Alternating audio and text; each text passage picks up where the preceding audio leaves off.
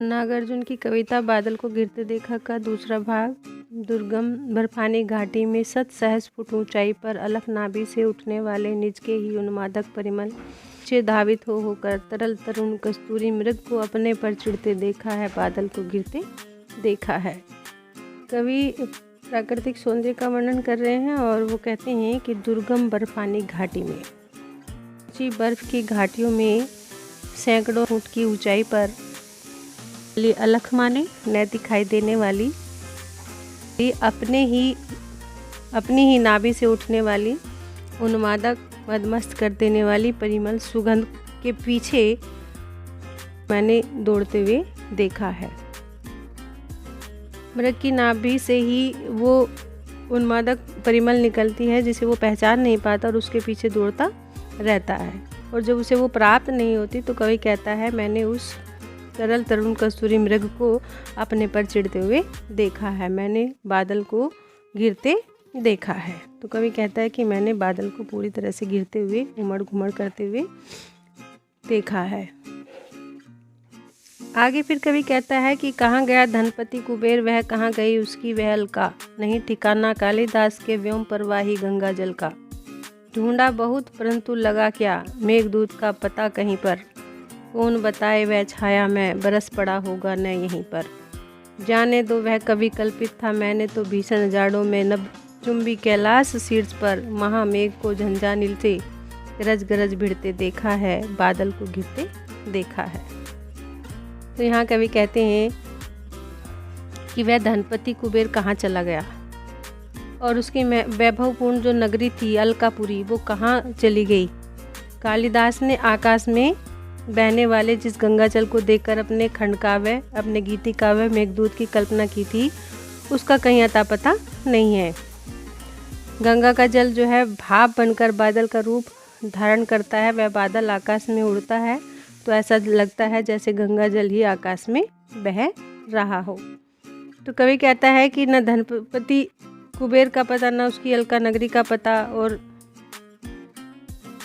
ना मेघदूत का पता। तो कवि कहता है कि कौन बताए वह छाया में बरस पड़ा होगा न यहीं पर, क्योंकि कौन बता सकता है कि वो छाया में वो जो बादल थे वो यहीं कहीं बरस गए होंगे, भाप बनकर नीचे वर्षक की बूंद के रूप में नीचे चले गए होंगे। तो फिर आगे कवि कहता है कि जाने दो वह कवि कल्पित था, ये सब जो थी कल्पना थी। कालिदास के जो मेघदूत जो खंड काव्य था वो उसकी कल्पना थी। मैं तो वास्तव में आपको बता रहा हूँ कि मैंने जो देखा है, मैंने तो भीषण जाड़ों में, भयंकर सर्दियों में मैंने जो है नभ चुंबी आकाश को चूमने वाले कैलाश के शिखर पर बड़े बड़े बादलों को तूफानी हवा में गरज गरज कर आपस में टकराते हुए मैंने उसको देखा है, भिड़ते हुए देखा है, बादल को गिरते हुए मैंने देखा है।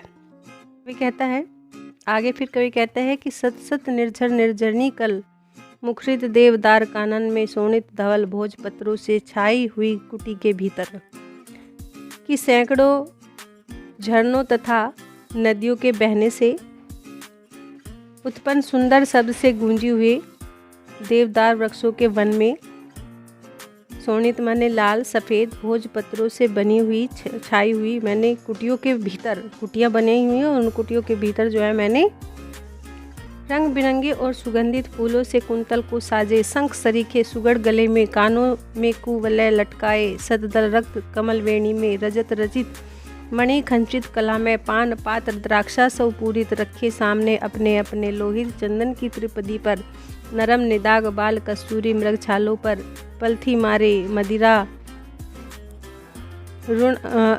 अरुण आँखों वाले उन उन्मद किन्नर किन्नरियों की मृदुल मनोरम उंगलियों को वंशी पर फिरते हुए देखा है, बादल को गिरते देखा है।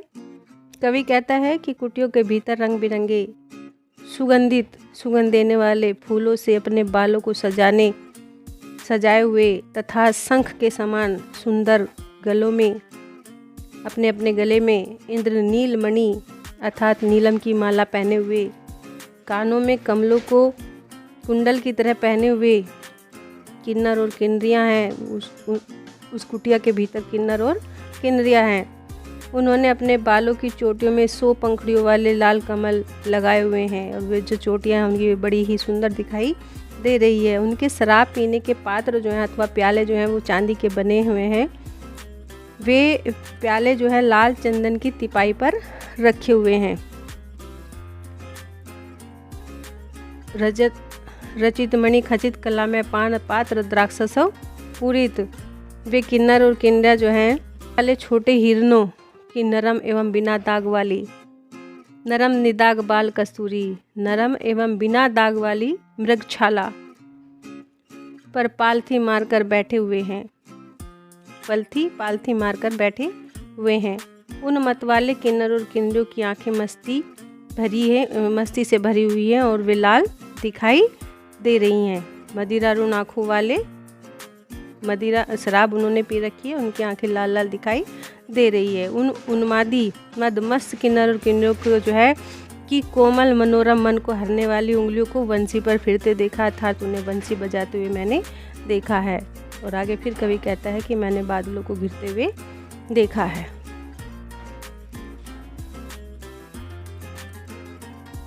यहाँ पर कवि ने बड़ा ही सहज प्रकृति चित्रण किया है।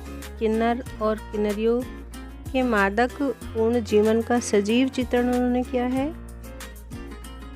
प्राचीन वैभव, संस्कृति और कला के माध्यम से राष्ट्रीय भावना को उन्होंने जगाया है। इस प्रकार नागार्जुन की दोनों कविताएं बादल को घिरते देखा और अकाल के बाद की व्याख्या भाग जो है वो पूरा होता है। प्रश्न आपको तैयार करना है, नागार्जुन की काव्यगत विशेषताओं पर प्रकाश डालिए।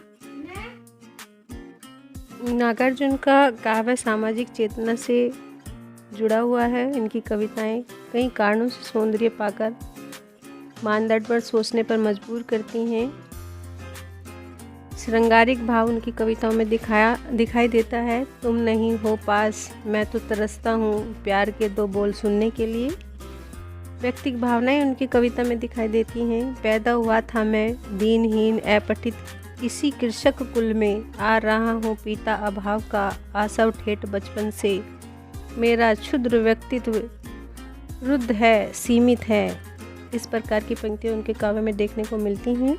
यथार्थवादी चेतना के कवि हैं। अपनी यथार्थवादी दृष्टि के विषय में वे स्वयं लिखते हैं कि प्रतिहिंसा की स्थायी भाव है मेरे कवि का। जन जन में जो ऊर्जा भर दे, मैं उद्गाता हूँ उस रवि का।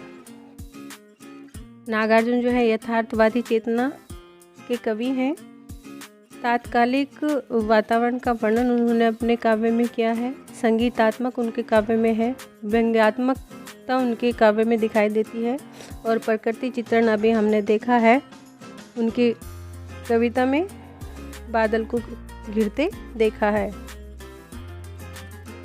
और उनकी भाषा संपूर्ण हिंदी प्रांत और देश की कविता है। मूल रूप से ये मैथिली भाषी हैं। प्रारंभ में इन्होंने अवधी और ब्रज में काव्य रचना की। पाली, प्राकृत और बंगला पर नागार्जुन का पूरा अधिकार था।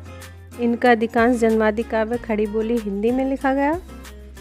इनकी कविता में तत्सम अंग्रेजी आदि पदावली का प्रयोग देखा जा सकता है। छंद बद्ध एवं छंदमुक्त दोनों प्रकार की काव्य की रचना इन्होंने की है।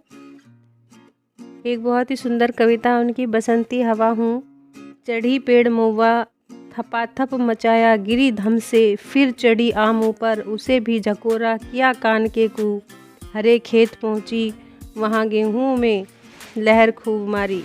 अलंकार उनके काव्य में दिखाई देते हैं। उपमा, अनुप्रास, अतिशयोक्ति, अन्योक्ति, मानवीकरण और शैली प्रतीकात्मक, भावात्मक, व्यंग्यात्मक, संवाद और संबोधन आदि शैलियों का उन्होंने प्रयोग किया है। निष्कर्ष रूप से यही कहा जा सकता है कि नागार्जुन का कलात्मक स्तर भी सूक्ष्म, मूर्त और सहज संप्रेषणीय तक का गुण रखता है। इस प्रकार उनकी काव्यगत विशेषताएं पूर्ण रूप से हिंदी साहित्य पर खरी सिद्ध होती हैं।